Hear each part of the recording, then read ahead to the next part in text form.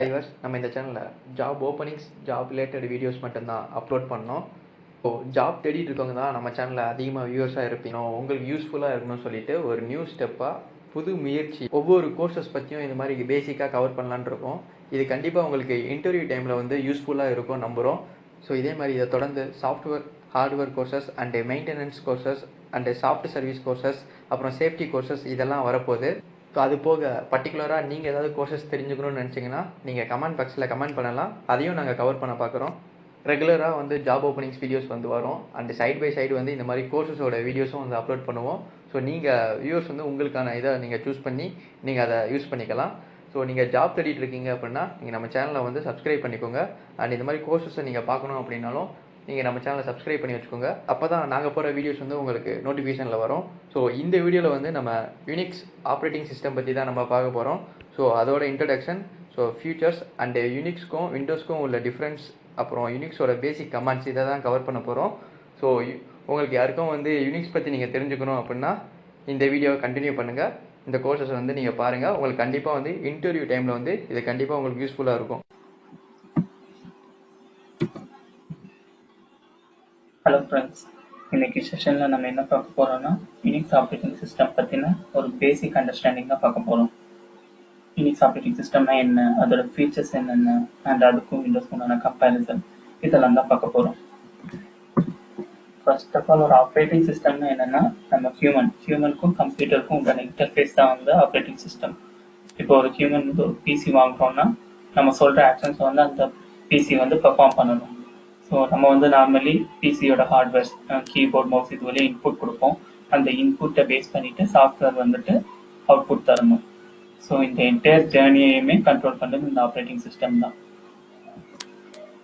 ஒரு பிசியில் வந்து இப்போ எந்தெந்த ரிசோர்ஸ்க்கு எந்தெந்த எவ்வளோ மெமரி அலோகேட் பண்ணணும், அண்ட் ப்ராசஸர்லாம் என்னென்ன ஆக்ஷன்ஸ் பெர்ஃபார்ம் பண்ணணும், அண்ட் டிவைசஸ்லாம் எப்பப்போ இன்வாக் ஆகணும், இது எல்லாத்தையுமே கண்ட்ரோல் பண்ணுறது இந்த ஆப்ரேட்டிங் சிஸ்டம் தான்.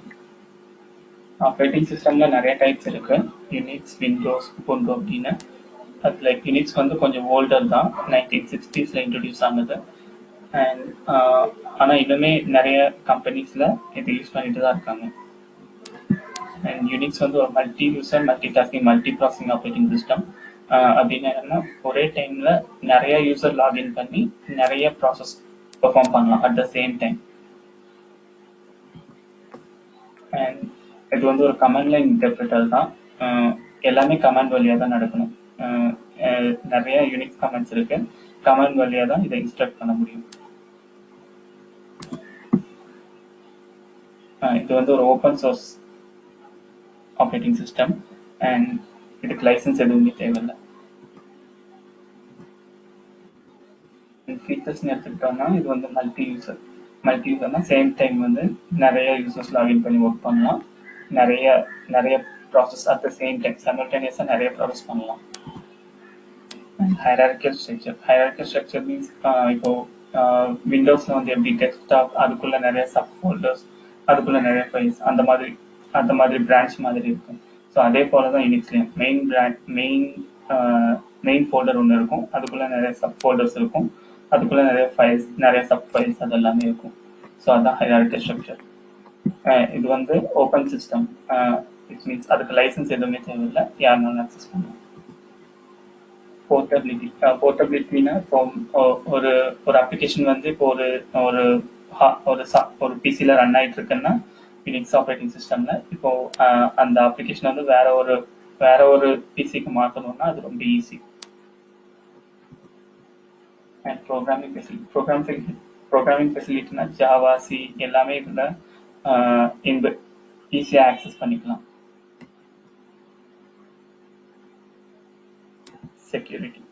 செக்யூரிட்டினா இப்போ சிஸ்டம் ஆப்ஸ் எல்லாம் கண்ட்ரோல் பண்ணுறது சிஸ்டம் அட்மின் ஒன்று இருக்கு. அண்ட் அது போக இண்டிவிஜுவல் ஃபைல்ஸ்லாம் செக்யூர் பண்ணுறதுக்கும் இப்போ நிறைய யூசர்ஸ் இருப்பாங்க, இந்தந்த யூசர் இந்தந்த ஃபைலை தான் ஆக்சஸ் பண்ணணும், அந்த மாதிரி கண்ட்ரோல் பண்ணிக்கலாம். இந்தந்த யூசருக்கு ரீட் ஒன்லி பெர்மிஷன் மட்டும்தான் இருக்கணும், அந்த மாதிரி கண்ட்ரோல் பண்ணிக்கலாம். சில யூசர்ஸ்க்கு எல்லா பெர்மிஷனுமே கொடுக்கணும், அந்த மாதிரி கண்ட்ரோல் பண்ணிக்கலாம்.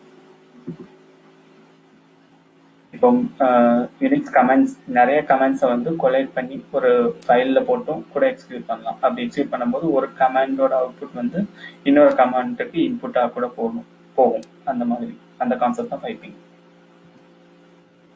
ஹெல்ப் ஃபெசிலிட்டியில வந்து இப்போ மேனுன்னு ஒரு யூனிக் கமாண்ட் இருக்கு. ஸோ அதை யூஸ் பண்ணி நம்ம எல்லா கமெண்ட்ஸுமே என்ன பண்ணுது, அதுக்கு இன்புட்ஸ் என்னென்ன கொடுக்கணும், என்னென்ன ஆக்ஷன்ஸ் அது பெர்ஃபார்ம் பண்ணுது அப்படின்னு கற்றுக்கலாம். ஸோ இதுக்கு ஃபர்ஸ்டே எல்லாம் தெரிஞ்சுட்டு ஆப்ரேட் பண்ணணும்னு தேவையில்லை. இந்த இந்த ஹெல்ப் ஃபெசிலிட்டி மூலமா நம்ம உள்ள போய் செல்ஃபாகவே லேர்ன் பண்ணிக்கலாம்.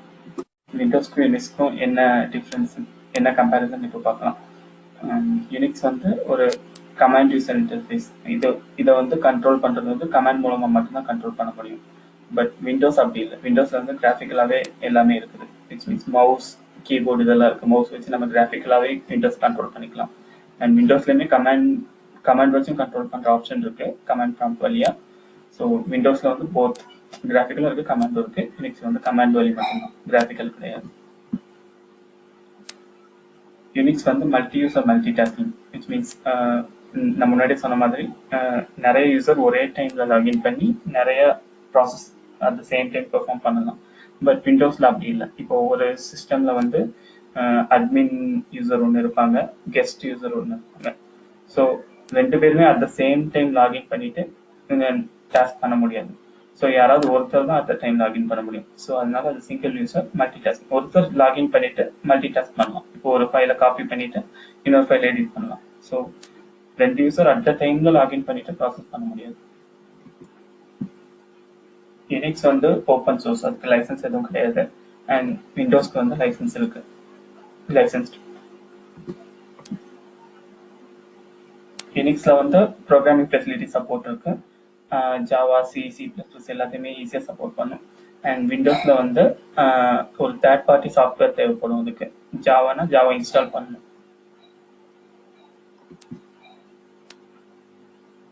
விண்டோஸ் வந்து ஒரு யூசர் ஃப்ரெண்ட்லி. இப்போ பார்த்தா கிராஃபிக்கல் கண்ட்ரோல் இருக்கிறதுனால விண்டோஸ் ஆப்ரேட் பண்றதுக்கு இப்போ நிறைய நாலேஜ் கற்றுக்கிட்டு தான் வந்து ஆப்ரேட் பண்ணணும் அப்படிங்கிறது இல்லை.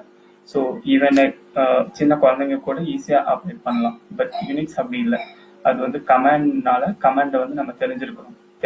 தெரிஞ்சுக்கிட்டா மட்டும்தான் அதை ஆப்ரேட் பண்ண முடியும். ஸோ அதனால விண்டோஸ் வந்து யூசர் ஃப்ரெண்ட்லி. ஆப்ரேட்டிங் சிஸ்டமோட பேசிக் அண்டர்ஸ்டாண்டிங் பற்றி பார்த்தோம். இந்த செஷன் என்ன பார்க்க போறோம்னா some of the basic Unix commands பற்றி பார்க்க போகிறோம். மீன்ஸ் ஒரு ஃபைலை எப்படி கிரியேட் பண்ணுறது, ஒரு ஃபைலை எப்படி எடிட் பண்ணுறது, அண்ட் எப்படி ஒரு டைரக்டரி கிரியேட் பண்ணுறது, எப்படி ஒரு ஃபைலை காப்பி மூவ்லாம் பண்ணுறது, அண்ட் எப்படி ஃபைலை கம்பேர் பண்ணுறது, அந்த மாதிரி சின்ன சின்ன பேசிக்காக மோஸ்ட்லி யூஸ் பண்ணுற கமெண்ட்ஸை பற்றி பார்க்க போகிறோம். ஓகே, யூனிக்ஸை வந்து இன்ஸ்டால் பண்ணுறது ஒன்றும் பெரிய ப்ரொசீஜர் இல்லை. ஸோ உங்கள் விண்டோஸ் சிஸ்டம்லேயே கூட யூனிக்ஸ் இன்ஸ்டால் பண்ணிக்கலாம். கூகுளில் ஜஸ்ட் யூனிக்ஸ் இன்ஸ்டால்னு போட்டிங்கன்னா நிறைய EXE ஃபைல்ஸ் டவுன்லோட் ஆகும். ஸோ அந்த EXE ஃபைல்ஸை வந்து உங்கள் சிஸ்டமில் போட்டுட்டு இன்ஸ்டால் பண்ணாலே உங்கள் விண்டோஸ் சிஸ்டமில் யூனிக்ஸ் லாகின் பண்ணிக்கலாம். ஸோ இன்ஸ்டால் பண்ணதுக்கப்புறம் ஒன்ஸ் யூனிக்ஸ் சிஸ்டம்குள்ளே லாகின் ஆனதுக்கப்புறம் ஒரு ஃபஸ்ட்டு ஹோம் டைரக்டரியில் தான் இருக்கும். ஸோ ஹோம் டைரக்டரியில் இருக்கும்போது இப்படி தான் இருக்கும். இப்போ ஃபைல் ப்ராசஸிங் கமெண்ட்ஸ் பற்றி பார்க்கலாம். ஃபர்ஸ்ட் ரொம்ப பேசிக்கான கமெண்ட் வந்து VIன்னு ஒரு கமெண்ட் இருக்கு. VI இதுதான் வந்து ஒரு ஃபைலை வந்து ஓப்பன் பண்ணுறதுக்கு, ஃபைல் கிரியேட் பண்ணுறதுக்கு எடிட்டர் கமெண்ட்னு சொல்லுவாங்க. இதுதான் வந்து ஒரு ஃபைலை கிரியேட் பண்ணுறதுனாலும் ஓப்பன் பண்ணுறதுனாலும் இந்த கமெண்ட் தான் யூஸ் பண்ணுவோம். இப்போ demo.txt நான் ஒரு ஃபைல் கிரியேட் பண்ணுறேன். இப்போ நமக்கு demo.txt ஒரு ஃபைல் ஓப்பன் ஆயிடுச்சு. ஸோ இந்த ஃபைலில் வந்து நம்ம எடிட் பண்ணோம்னா இப்போ ஐ கொடுத்தோம்னா ஜஸ்ட் ஸ்மால் ஐ கொடுத்தோம்னா இன்சர்ட் மோடுக்கு போயிடும். இன்சர்ட் மோடுக்கு போனதுக்கப்புறம் நம்ம வந்து என்ன வேணாலும் எடிட் பண்ணிக்கலாம். இந்த ஃபைலில் எடிட் பண்ணிட்டு ரைட் பண்ணணும். யூனிக்ஸில் வந்து எப்படின்னா விண்டோஸில் வந்து சும்மா ஒரு நோட் பேட் ஓப்பன் பண்ணுறோம்னா எடிட் பண்ணிட்டு Ctrl+S கொடுத்தா சேவ் ஆகிடும், அதுவே ரைட் ஆன மாதிரி. பட் ஆனால் யூனிக்ஸில் அப்படி இல்லை, எல்லாமே கமாண்ட் தான். ஸோ இப்போ ஒரு ஃபைலை வந்து VI வச்சு ஓப்பன் பண்ணிட்டோம், அது ஐ கொடுத்து எடிட்டும் பண்ணிட்டோம். அண்ட் இப்போ ரைட் பண்ணணும். ரைட் பண்றதுன்னா விண்டோஸ்ல நம்ம சேவ் பண்ற மாதிரி. ஸோ அதுக்கும் கமாண்ட் தான். அதுக்கு கமாண்ட் என்னன்னா, இப்போ நம்ம வந்து இன்சர்ட் மோட்ல இருக்கோம். அந்த மோட்ல இருந்து எஸ்கேப் ஆகும். எஸ்கேப் பட்டன் நமக்குன்னா இன்சர்ட் மோட்ல இருந்து எஸ்கேப் ஆயிடும். அதுக்கடுத்து :W ஸ்மால் w கொடுத்தா ரைட் ஆகும். demo.txt return. இப்போ ரைட் ஆயிடுச்சு. இப்போ மறுபடியும் இந்த ஃபைல்ல இருந்து வெளியே போகணும்னாலும் அதுக்கும் ஒரு கமாண்ட் தான், escape :q. இப்போ குவிட் ஆயிடுச்சு. இப்போ இப்போ பாத்தீங்கன்னா நமக்கு இந்த டைரக்டரிக்குள்ள ls கமாண்ட் நான் அப்புறம் சொல்றேன். இந்த டைரக்டரிக்குள்ள நமக்கு வந்து demo.txt ஒரு ஃபைல் கிரியேட் ஆகி அதுக்குள்ள நம்ம போட்ட டெக்ஸ்டும் இருக்கும். புதுசா ஒரு ஃபைல் கிரியேட் பண்றோம்னாலும் vi தான் கொடுக்கணும். ஆல்ரெடி எக்ஸிஸ்டிங் ஃபைல்ஸ் ஓபன் பண்றதுனாலும் vi தான் கொடுக்கணும். இப்போ அந்த ஃபைலுக்குள்ள நம்ம பிரிண்ட் பண்ண ஹலோ வேர்ட் இருக்கு. அண்ட் இப்போ நம்ம இந்த ஃபைலை ஃபர்தரா எடிட் பண்ணணும்னாலும் சேம் ப்ரொசீஜர் தான். ஸ்மால் ஐ பட்டன் நமக்குன்னா இன்சர்ட் மோடுக்கு போயிடும். இப்போ நம்ம ஏதாவது எடிட் பண்ணிக்கலாம். எடிட் பண்ணிட்டு மறுபடியும் escape :w கொடுத்தா ரைட் ஆகும். அண்ட் escape :q enter கொடுத்தா எக்ஸிட் ஆயிடும். இப்போ இந்த ஃபைல் ரைட் ஆயிடுச்சு. ஸோ இதுதான் ஒரு ஃபைலை ஓப்பன் பண்ணி எப்படி ரைட் பண்றதுக்கான பேசிக் ப்ரொசீஜர். இப்போ டைரக்டரிஸ்க்கு போகலாம். ஒரு டைரக்டரியை வந்து எப்படி கிரியேட் பண்ணணும் அந்த மாதிரி பார்க்கலாம். டைரக்டரி கிரியேட் பண்றதுக்கு வந்து mkdir மேக் டைரக்டரி, அதோட ஷார்ட் ஃபார்ம் மாதிரி இருக்கும். mkdir இதுதான் வந்து டைரக்டரி கிரியேட் பண்றதுக்கான கமெண்ட். இப்போ நான் டைரக்டரி வந்து டெமோன்னு ஒரு டைரக்டரி கிரியேட் பண்றேன். mkdir ஸ்பேஸ் நேம் கொடுத்தா அந்த நேம்ல வந்து நமக்கு வந்து டைரக்டரி கிரியேட் ஆயிடும். ls கொடுத்தா இந்த ஃபோல்டருக்குள்ள டெமோன்னு ஒரு டைரக்டரி இருக்கு, demo.txt ஒரு ஃபைலும் இருக்கு. ஸோ இப்போ இந்த டைரக்டரி கிரியேட் பண்ணியாச்சு. இப்போ இந்த டைரக்டரிக்குள்ள போகணும்ல, ஸோ அதுக்கும் ஒரு கமாண்ட் தான் வேணும். இப்போ விண்டோஸ்லாம் பார்த்தா நம்ம வந்து ஒரு ஃபோல்டர் கிரியேட் பண்ணோம்னா அதை டபுள் கிளிக் பண்ணி உள்ள போயிடணும். அது கிராஃபிக்கல் ரெப்ரசன்டேஷன். இப்போ அதே போல இது கமாண்ட்ல கொடுக்கணும்னா சிடின்னு ஒரு கமாண்ட் இருக்கு. சிடி தான் வந்து ஒரு டைரக்டரிஸ்க்குள்ள டிராவல்ஸ் பண்றதுக்கான கமாண்ட். இப்போ சிடி டெமோன்னு கொடுத்தீங்கன்னா டெமோக்குள்ள போயிடுவோம். நம்ம டெமோ டைரக்டரிக்குள்ள போயிடுவோம். இப்போ இதுக்குள்ள வந்து ஒரு ஃபைல்ஸுமே இருக்காது. ஸோ இதுக்குள்ள இப்போ இன்னொரு ஃபைல் கிரியேட் பண்ணோம்னா அது இந்த டைரக்டரிக்குள்ள தான் இருக்கும். space demo.txt இந்த மாதிரி ஒரு ஃபைல் ஓபன் பண்ணிட்டு எடிட் பண்ணிட்டு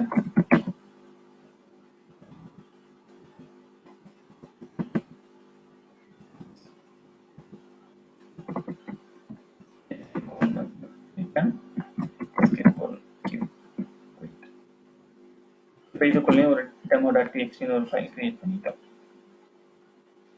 ஸோ இப்போ வந்து ஒரு டைரக்டரிக்குள்ள வர்றதுக்கு வந்து சிடி ஸ்பேஸ் அந்த டைரக்டரி நேம் கொடுத்தா டைரக்டரிக்குள்ள என்டர் ஆயிடலாம். ஸோ இப்போ நமக்கு பேக்வேர்ட்ல டிராவல்ஸ் ஆகணும்னா சிடி ஸ்பேஸ் // கொடுத்தோம்னா நமக்கு ப்ரீவியஸ் டைரக்டரிக்கு போயிடும். இதுதான் இப்போ சிடி ஸ்பேஸ் டைரக்டரி நேம் கொடுத்தா ஃபார்வர்ட்ல டிராவல்ஸ் ஆகும். சிடி ஸ்பேஸ் // கொடுத்தா பேக்வேர்ட்ல டிராவல்ஸ் ஆகும். இது வந்து நார்மலி விண்டோஸ்ல நம்ம டபுள் கிளிக் பண்றோம்ல, டபுள் கிளிக் பண்ற மாதிரி. டபுள் கிளிக்னா சிடி அந்த டைரக்டரி நேம் கொடுத்தா டபுள் கிளிக் பண்ணி அந்த ஃபோல்டருக்குள்ள போற மாதிரி. சிடி // கொடுத்தா அந்த நம்ம பேக் வர மாதிரி, பேக் பட்டன் இருக்கும்ல, பேக் வர மாதிரி சிடி ஸ்பேஸ் // இப்போ நமக்கு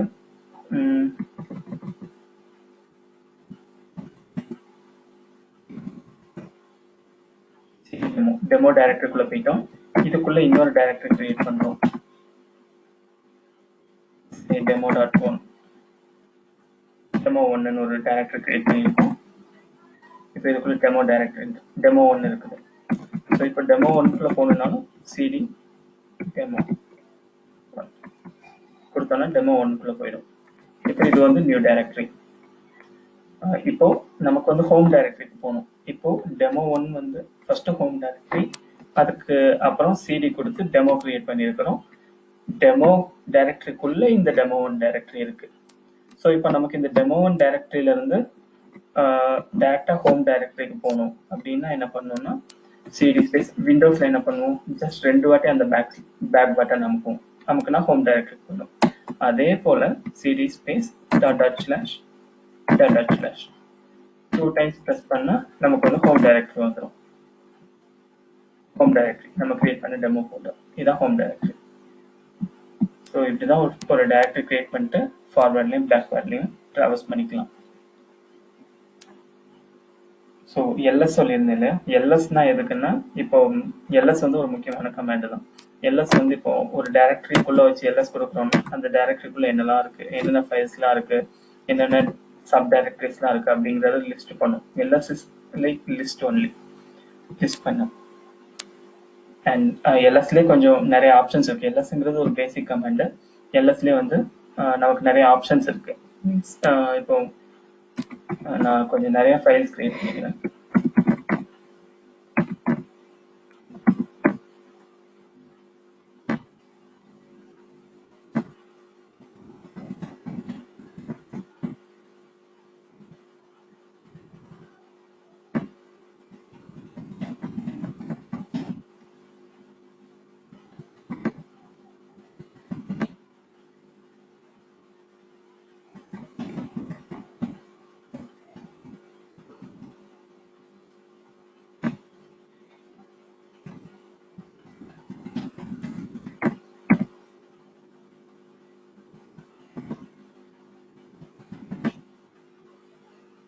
வந்து இந்த ஹோம் டைரக்டரிக்குள்ள பார்த்தா 3 ஃபைல்ஸ் இருக்கு.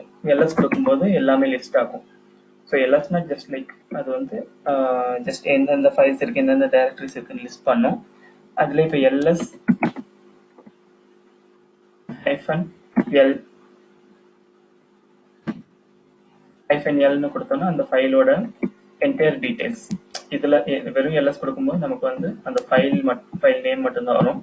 -l கொடுத்தா -lங்கிறது எல்எஸ் கமாண்டோட ஒரு ஆப்ஷன். ஸோ அப்படி கொடுத்தோம்னா நமக்கு வந்து அந்த ஃபைல் எப்போ கிரியேட் ஆயிருக்கு அந்த மாதிரி டீடைல்ஸ் முதற்கொண்டு நமக்கு வந்து பார்த்துக்கலாம். ஸோ இதுதான் வந்து பெர்மிஷன்ஸ். ஸோ இந்த ஃபைலுக்கு என்னென்ன பெர்மிஷன்ஸ் இருக்கு, ரீட் அண்ட் ரைட் பெர்மிஷன் மட்டும் இருக்கு. ஸோ இந்த மாதிரி -l கொடுத்தா என்னென்ன பெர்மிஷன் இருக்கு, யாரு கிரியேட் பண்ண அந்த ஃபைலை, யாரு எந்த டைம்ல எந்த டேட்ல கிரியேட் பண்ணாங்க அப்படிங்கிற எல்லா டீடைல்ஸுமே இருக்கும் நமக்கு. இது ஒன் ஆஃப் த கமெண்ட். அதுக்கப்புறம் இப்போ ஷார்ட் பண்ணணும்னு நினைச்சோம்னா இப்போ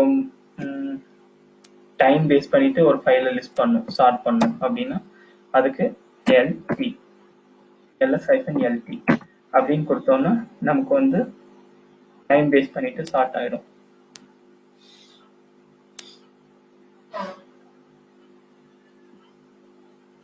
சாரி, இதுதான் டைம். ஓகே, இதுதான் வந்து ஃபர்ஸ்ட் கிரியேட் ஆன ஃபைல், இது நெக்ஸ்ட், இது அப்புறம் இதுதான் ரீசெண்டா கிரியேட் ஆன ஃபைல். ஸோ இந்த மாதிரி டைம் பேஸ் பண்ணிட்டு ஸ்டார்ட் பண்ணிக்கலாம். அதுக்கு வந்து எல்டி கமாண்ட். ஸோ இதுல பாத்தீங்கன்னா ஒரு ஆர்டரே இல்லாம இருக்கும். ஜஸ்ட் சும்மா எல் கொடுத்தா அது ஷார்ட்டிங்லாம் பண்ணாது. ஸோ எல்டி கொடுத்தா டைமை பேஸ் பண்ணிட்டு ஸ்டார்ட் பண்ணும். ஸோ இப்போ நமக்கு டைம் ரீசெண்டா கிரியேட் ஆன ஃபைல் வந்து டாப்ல இருக்கு. ஸோ இப்போ நமக்கு ஒரு டைரக்டரிக்குள்ள வந்து hundreds of thousands of files இருக்குன்னா நமக்கு வந்து ரீசெண்டா கிரியேட் ஆன ஃபைல் வந்து டாப்ல தான் இருக்கும். ஸோ அப்போ நமக்கு அந்த ஃபைல் மொத்தமும் இந்த மாதிரி ஒரு ஃபைலா லிஸ்ட் ஆகும்போது 100 ஃபைல்ஸ்ங்கிறது டாப்ல தான் ரீசெண்டா எடிட் ஆன ஃபைல் இருக்கும். ஸோ அப்போ அந்த ஸ்க்ரீன்ல வந்து அந்த ஃபைல் வந்து விசிபிளா இருக்காது. அந்த டைம்ல வந்து நம்ம ரிவர்ஸ் சார்ட் போட்டுக்கலாம். ஸோ ரிவர்ஸ் சார்ட் போட்டா -lrp-lrpனா ரிவர்ஸ் சார்ட். அப்படி போட்டா நமக்கு வந்து ரீசெண்டா எடிட் ஆன ஃபைல் வந்து பாட்டம்ல வந்துடும்.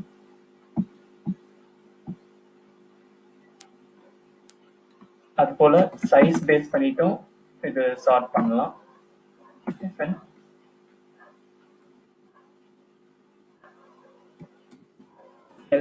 Capital S LS small capital S இப்படி கொடுத்தா சைஸ் பேஸ் பண்ணிட்டு சார்ட் ஆயிடும். நமக்கு சைஸ் அதிகம் உள்ளது ஃபர்ஸ்ட் வந்துடும், அப்படி ஸ்டெப் பை ஸ்டெப் கம்மியா வந்துடும். ஸோ இதுக்கும் சேம் திங் ரிவர்ஸ் சார்ட் போடணும்னா எல்எஸ் கேபிட்டல் எஸ் இப்படி கொடுத்தோம்னா அதிக சைஸ் உள்ள ஃபைல் வந்து பாட்டம் வந்துடும்.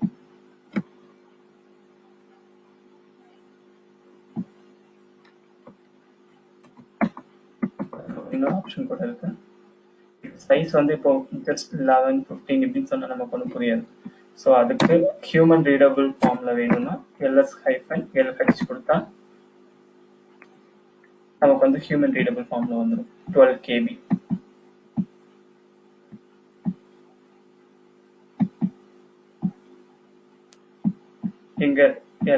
இங்க சைஸ் கொடுத்தா இங்க டோட்டல் 12 தான் இருக்கும். ஸோ அது வந்து ஹியூமன் ரீடபிள்ல கேபிள் இருக்கா எம்பில இருக்கா அப்படிங்கிறது காட்டாது. அதே இது LH கொடுத்தோம்னா அது வந்து ஹியூமன் ரீடபிள் ஃபார்ம்ல இப்போ இந்த டைரக்ட்ல டோட்டலா இவ்வளோ மெமரி ஆக்குபை இருக்கு அப்படின்னு ஹியூமன் ரீடபிள் ஃபார்ம்ல காட்டும். இதர் MB GB அந்த மாதிரி கணக்கோட காட்டும். அதுக்கு வந்து LH யூஸ் பண்ணுவோம். அப்புறம் ஓகே LSல இதுதான் பேசிக் ஆப்ஷன்ஸ் நம்ம யூஸ் பண்ண வேண்டியது. அப்புறம் கேட்னு ஒரு கமெண்ட் இருக்கு. கேட் வந்து ஒரு ஃபைலை வியூ பண்றதுக்கு தான். பட் ஆனா கேட் வந்து கமாண்ட் லைன்லயே வியூ பண்றதுக்கு. இப்போ கேட் demo.txt அப்படின்னு கொடுத்தீங்கன்னா கமாண்ட்லயே அந்த ஃபைல் வந்து வியூ ஆயிட்டு அது ஆட்டோமேட்டிக்கா எக்ஸிட்டும் ஆயிடும். நம்ம இப்போ ஒரு ஃபைலை ஜஸ்ட் வியூ மட்டும் தான் பண்ணணும், எடிட் பண்ண போறது இல்லைன்னா நம்ம கேட் யூஸ் பண்ணிக்கலாம். கேட் யூஸ் பண்ணிட்டு அந்த ஃபைலை வந்து வியூ பண்ணிக்கலாம். எடிட் பண்ணோம்னா விஏ யூஸ் பண்ணிட்டு உள்ள போயிட்டு இன்சர்ட் கொடுத்து ரைட் பண்ணிட்டு குவிட் பண்ணணும். இன்கேஸ் இப்போ ரீட் மட்டும் தான் பண்ண போறோம்னா கேட் கூட கொடுத்துக்கலாம். கேட் கொடுத்தா நமக்கு வந்து இப்படி கமாண்ட் லைன்லேயே அந்த ஃபைலில் உள்ள கண்டென்ட் வந்து டிஸ்பிளே ஆகிடும்.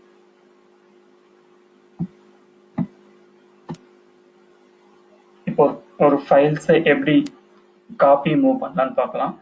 காப்பிக்கு வந்து கமாண்ட் வந்து சிபி தான். இப்போ சிபி சோர்ஸ் ஃபைல்னா எந்த ஃபைல்ல இருந்து எந்த ஃபைலுக்கு காப்பி பண்ணணும் அப்படிங்கிற இன்ஃபர்மேஷன். இந்த ஃபைல்ல இருந்து இப்போ நான் இதே டைரக்டரியில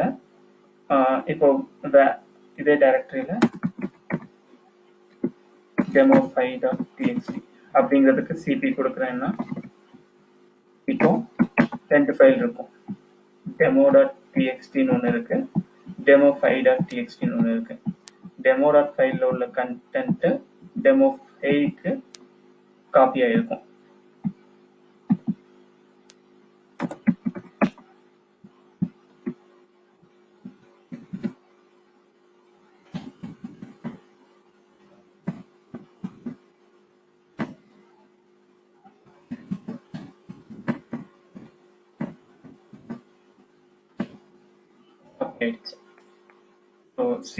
சிபி யூஸ் பண்ணி ஒரு ஃபைல்ல இருக்க கண்டென்ட் இன்னொரு ஃபைலுக்கு காப்பி பண்ணிக்கலாம். அதே போல மூவ் பண்றது வந்து அது வந்து மோர் லைக் ரீநேம்னு வச்சுக்கலாம். ஒரு ஃபைல்ல உள்ள இன்ஃபர்மேஷன்ஸ் இன்னொரு ஃபைலுக்கு மூவ் பண்ணும். இந்த ஓல்டு ஃபைலை டெலிட் பண்ணிடும். இப்போ நம்ம எம்பி இதுக்கும் அதே போலதான். சோர்ஸ் டெஸ்டினேஷன் demo5ல இருக்க கண்டென்ட்டை demo6க்கு மூவ் பண்றோம்.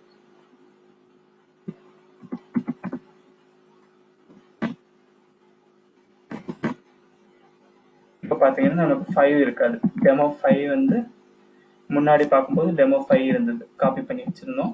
இப்போ மூவ் கொடுத்ததுனால demo5 வந்து demo6ஆ ரீநேம் ஆயிடுச்சு.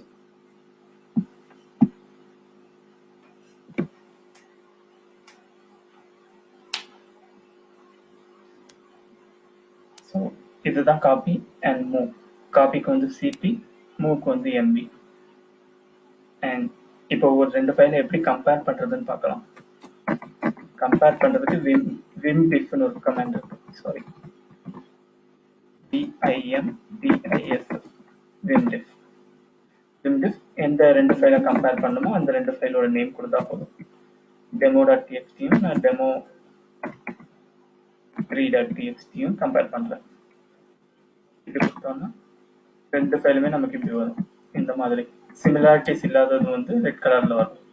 இப்போ நான் ஜஸ்ட் டெமோ ஃபைல்னால ஜஸ்ட் ஒரு லைன் தான் இருக்கு. இது thousands of line, hundreds of line இருந்தாலுமே இந்த மாதிரி எந்தெந்த லைன்ஸ்லாம் சிமிலரா இல்லையோ அதெல்லாம் ரெட் கலர்ல பாயிண்ட் அவுட் பண்ணும்.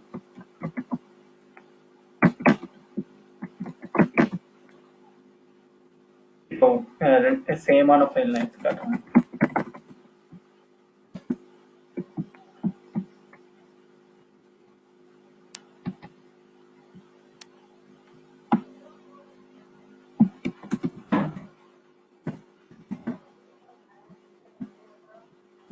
demo.txt,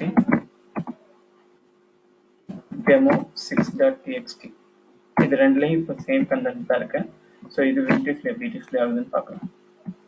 ஸோ டிஃப்ரென்ஸ் எதுவும் இல்லைன்னா நமக்கு அந்த ரெட் கலர் மார்க்கர் இருக்காது.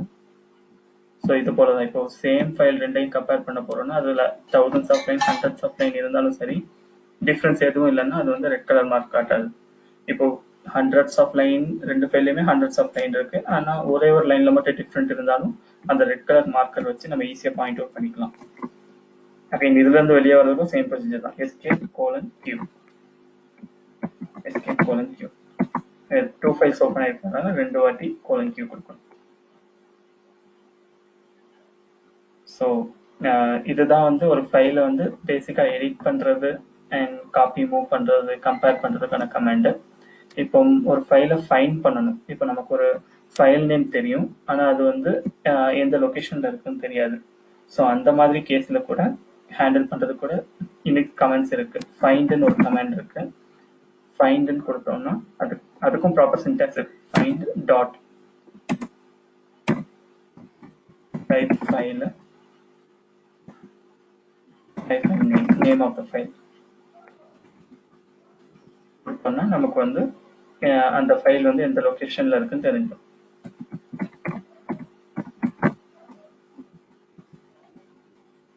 இப்போ demo.txt வந்து ரெண்டு லொகேஷன்ல இருக்கு. ஒன்று ஹோம் டைரக்டரியிலே இருக்கு, இன்னொன்று டெமோங்கிற டைரக்டரிக்குள்ளேயும் demo.txt இருக்கு. அதனால நமக்கு ரெண்டுமே லிஸ்ட் ஆயிடுச்சு.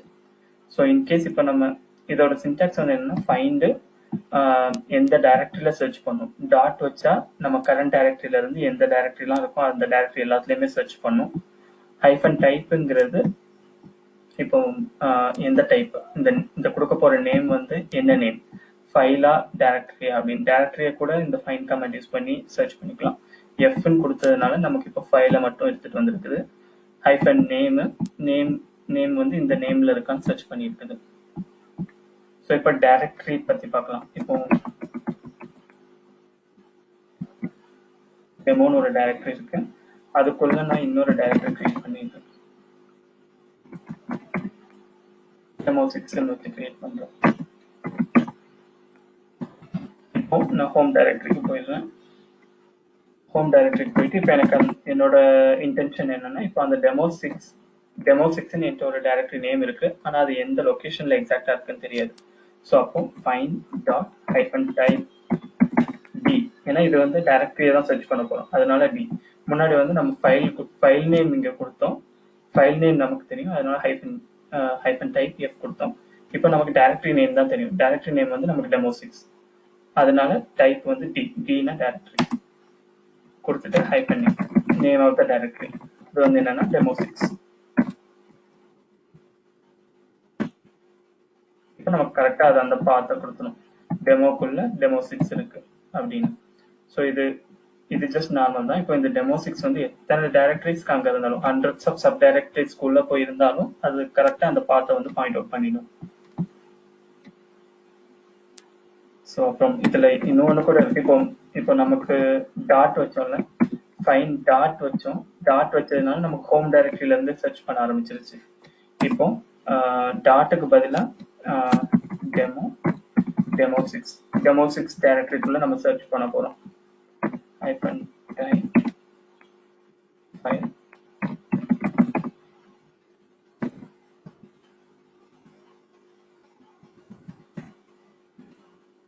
இப்போ இந்த ஒரு ஃபைலே இல்லை demo6ல. ஸோ ஜஸ்ட் சொல்றேன், demo6 இப்போ நமக்கு இங்க இருக்கு, ஹோம் டைரக்டரிக்குள்ள இருக்கு, ஆனா அது நமக்கு பாயிண்ட் அவுட் ஆகல, ஏன்னா இங்க வந்து நம்ம டாட் கொடுக்காம இந்த டைரக்டரிக்குள்ள போய் சர்ச் பண்ணணும்னு நம்ம ஸ்பெசிஃபை பண்ணியிருக்கோம். அதனால அது வந்து demo6 டைரக்டரிக்குள்ள இருந்து demo6.txt வந்து சர்ச் பண்ண ட்ரை பண்ணுது. ஸோ அதனால இது நமக்கு ரிசல்ட்ஸ் எதையும் சர்ச் பண்ணல.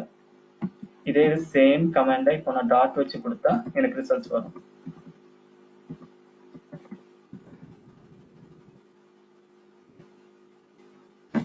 டாட் வச்சா அது வந்து இந்த கரண்ட் டைரக்டரியில இருந்து சர்ச் பண்ண ஆரம்பிச்சிடும். ஸோ கரண்ட் டைரக்டரியில demo6 இருக்குது அப்படின்னு. அண்ட் இன்னொன்று கூட இருக்கு. இப்போ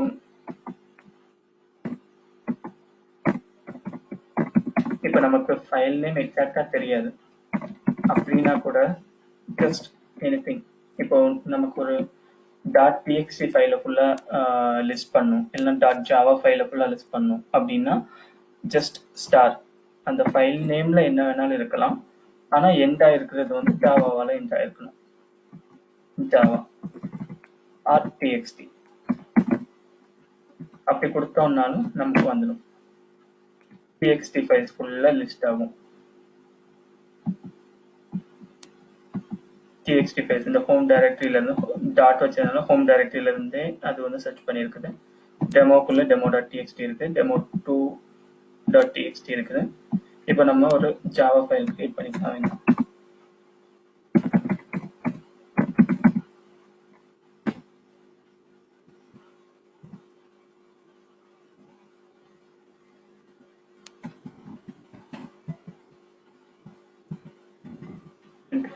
பண்ணியிருக்கிறோம். இப்போ நமக்கு வந்து demo.java ஒன்று இருக்கு. ஸோ இப்போ எனக்கு அந்த எனக்கு ஜாவா ஃபைல்ஸை மட்டும் லிஸ்ட் பண்ணோம் அப்படின்னா ஸ்டார் ஜாவா. ஸ்டார்னு மென்ஷன் பண்ணோம்னா ஸ்டார் கேன் பி எனிதிங். அதுல டிஜிட்ஸ் இருக்கலாம், நேம் இருக்கலாம், எது வேணாலும் இருக்கலாம், ஆனா ஜாவாவா இருக்கணும். ஜாவா இருக்கு, ஜாவான்னு நேம் இருக்கிற ஃபைல்ஸ் எல்லாத்தையுமே அதை லிஸ்ட் பண்ணும். ஸோ இந்த கேஸ்ல வந்து டெக்ஸ்ட்லாம் இருக்காது. ஸோ அது வந்து பார்க்கும் ஜாவான்னு எந்தெந்த ஃபைல்ஸ்லாம் இருக்கோ அது எல்லாத்தையும் லிஸ்ட் பண்ணும். ஸோ இந்த ஃபீச்சர் கூட இருக்கு. சேம் ஃபீச்சர் டைரக்டரிக்கும் அப்ளை ஆகும். இப்போ டைரக்டரியிலும் ஏதாவது ஒரு பர்டிகுலர் வேர்டு உங்களுக்கு தெரியும், ஜஸ்ட் உங்களுக்கு வந்து ஷுவரா தெரியாது எக்ஸாக்ட் நேம், ஒரு பர்டிகுலர் திங் தெரியும் அப்படி ஒரு கெஸ்ட்ல தெரியும் அப்படின்னா நீங்க இந்த ஸ்டார் ஃபங்க்ஷனாலிட்டி யூஸ் பண்ணிட்டு உங்களுக்கு தெரிஞ்ச வேர்டை மட்டும் போட்டா அதை மட்டும் அந்த ரிசல்ட்ஸை மட்டும் அது வந்து ஃபிக்ஸ் பண்ணிடும். ஸோ இதுதான் ஃபைல் ஹேண்ட்லிங், டைரக்டரி ஹேண்ட்லிங்கான பேசிக் கமெண்ட்ஸ். ஸோ